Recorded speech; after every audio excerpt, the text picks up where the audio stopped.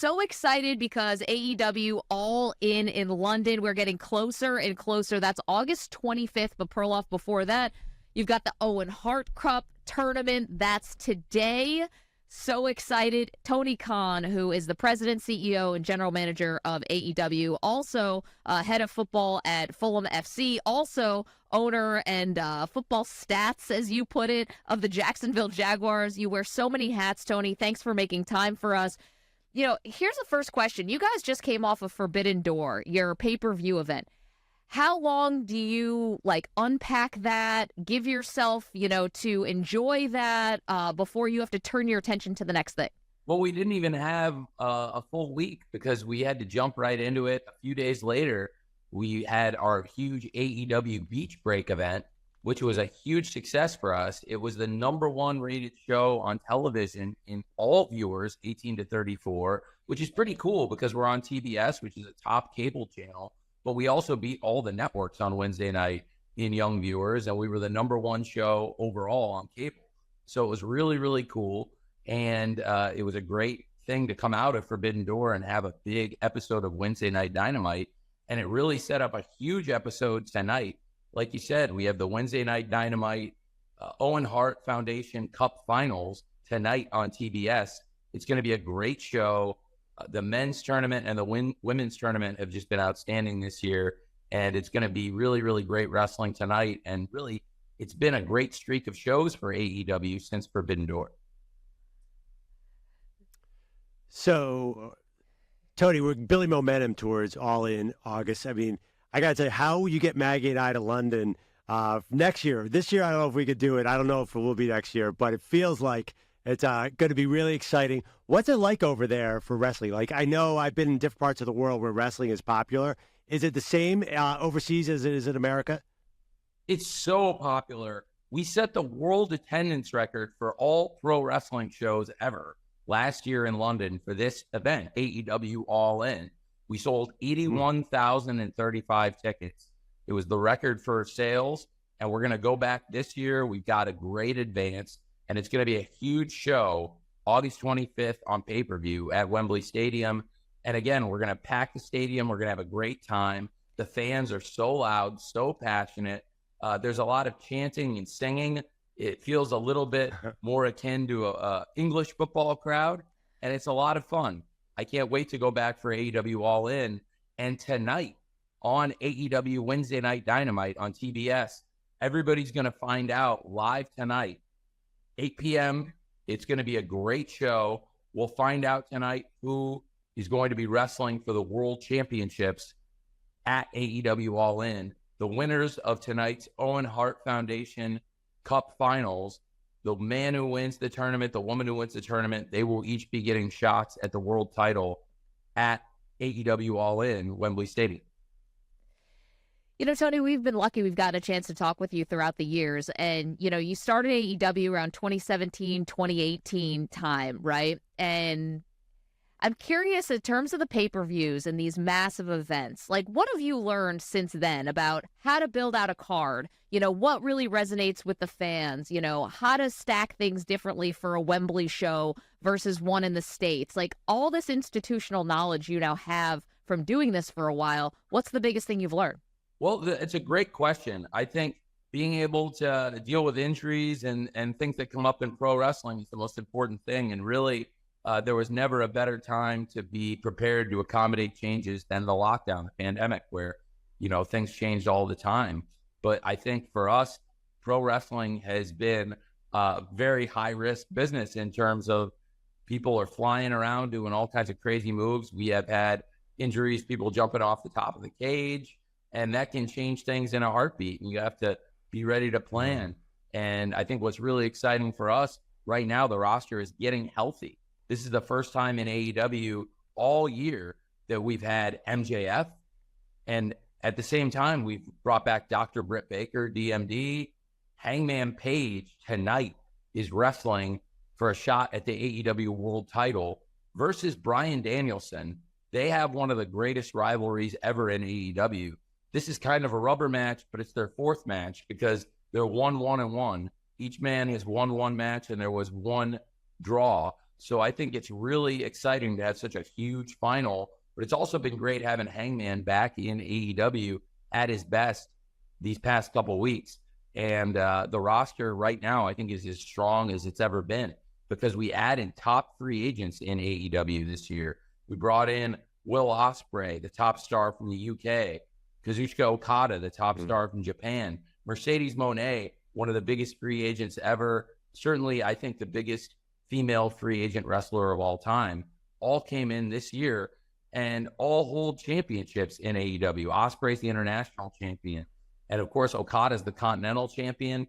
And then Mercedes Moné, the TBS champion, the face of this network.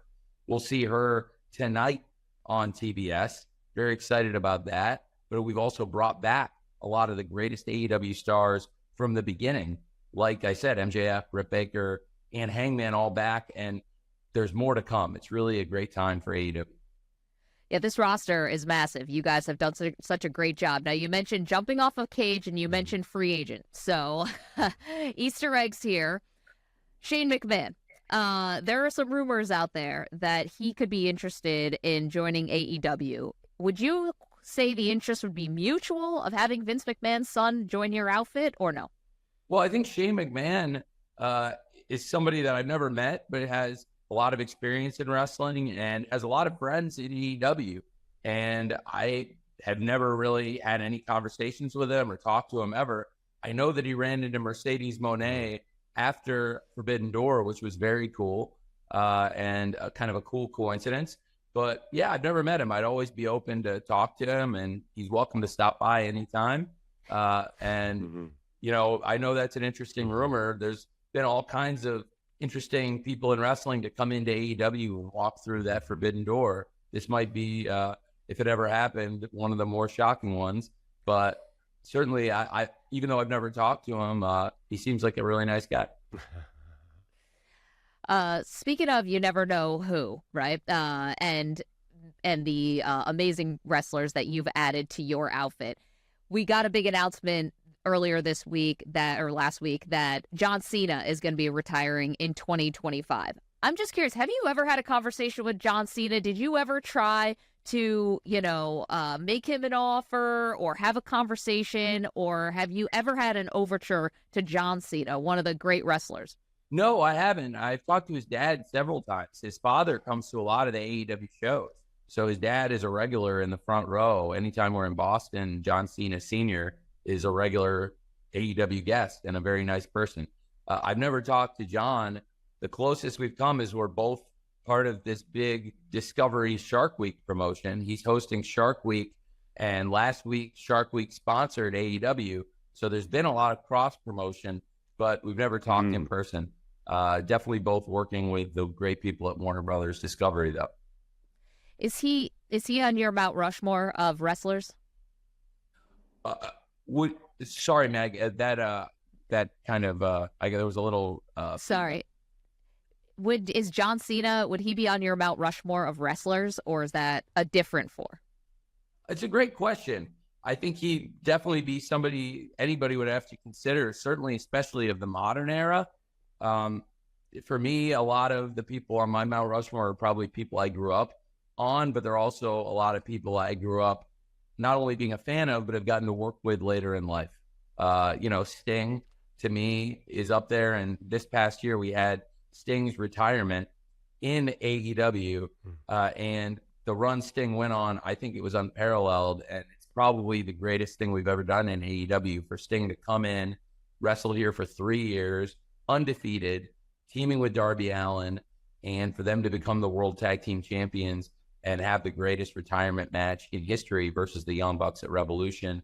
I thought it was an amazing thing. So Sting would certainly be up there for me. It's a lot of guys I grew up on my Mount Rushmore. I think like Ricky the Dragon Steamboat and Bret Hart and Steve Austin. I'd have to think about Ric Flair. A lot of great options for that. But John Cena is one of the best wrestlers and certainly one of the greatest of this modern era, without a doubt. All right, Tony, who's the best actor of all the wrestlers, the best movie actor that you've ever seen? What a great question. I think that's a fascinating question, and you threw me with that one, Drew. When I grew up, They Live with Roddy Piper was probably one of the greatest performances by a wrestler. I think that would be a great choice. And there's other ones you'd have to consider, Jesse Ventura and Predator, and in Major League 2, the movie within a movie, as White Lightning. And then, certainly, I do think recently, John Cena's been in so many great movies. I think you'd have to consider him. And also, frankly, maybe first and foremost, Dave Bautista. Dave Bautista has had this incredible career starring the Guardians of the Galaxy franchise. He's been in so many major films and major franchises, and also a lot of serious films, and really become a top actor. So I think Dave Bautista you'd have to consider first and foremost. Yeah, he was good at Glass Onion, and The Rock, too. Probably one of those guys. Tony and Tony Khan is joining us, so we should reset this. You are, of course, the president, the CEO, the GM of AEW. You've got the Owen Hart Cup Tournament final tonight. That's July 10th, of course. And this all leads to AEW All in London. This is Wembley Stadium. This is big-time stuff.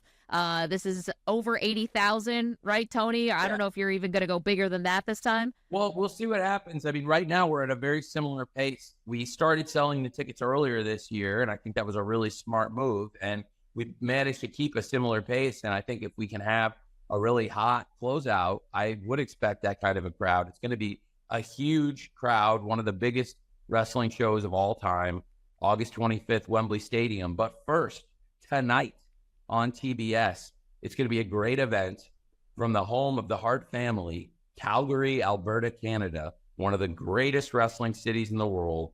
Tonight, you're going to see some of the very best wrestlers on the planet fighting for the top spots.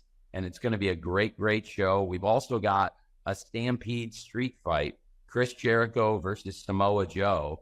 That's going to be an outstanding match. I can't wait for that. There's so much to look forward to tonight on Wednesday Night Dynamite. And we've really been on a really hot streak of shows. And I really think this can be the best one yet tonight. Just a couple more for you, Tony, because obviously we're a sports talk show, so people are very familiar with you as one of the owners of the Jacksonville Jaguars, along with your dad, and you guys have had a lot of news lately. First and foremost, Trevor Lawrence and his wife are now expecting a child. They showed a gender reveal that it's going to be a girl. What do you get for Trevor Lawrence, your quarterback, as a baby gift? What a great question. Well, you put me on the spot. We'll have to come up with a really, really great gift now. Would you have any suggestions, Meg? Well, you guys just gave him a big contract. So, I think that you've kind of done your part. Maybe he owes you guys a little something in terms of a couple playoff wins. But you know what? Trevor is such an incredible quarterback. We obviously watched him in college. We know, and he's shown so many great flashes with you guys with the Jags. What I'm curious about from the back part of this, like from the front office part, of course, you guys were going to give him the big contract. You were going to pay him. He was the top draft pick for you. You're invested in him in the future. But in terms of when you give that contract, you could have waited a year. You probably could have waited a little longer. Was there any thought to delay the big contract longer, or take us through the thought process there? No, I think it made a lot of sense. We all wanted to get this done with Trevor, commit to him. He's one of the top players in the NFL, not just one of the top young quarterbacks. We think Trevor can be one of the best quarterbacks in all of football, and he's been great for us. He's set passing records on the field, and he's also off the field a leader of the team. We all love Trevor here in Jacksonville, and I think for the fans and for everyone in Jacksonville, this was just fantastic to get Trevor's contract done, and we're really excited about it. He's a great leader for the team and the community. Do you notice when you've given guys big contracts in the past, does it change like the pressure that they feel to deliver on that immediately? Do you have to tell them, hey, like just continue to be yourself, continue to grow? How have you noticed as a sports owner that money either changes people or doesn't? Well, we're all human beings, and I don't think the money is necessarily going to make anybody more talented or better. Sometimes it can make somebody work harder, but in this case, Trevor works as hard or harder than anybody. I think it's good to have it done because it was an impending financial milestone, and it involved somebody that is really not just the face of our team, but also the future of our team and the leader.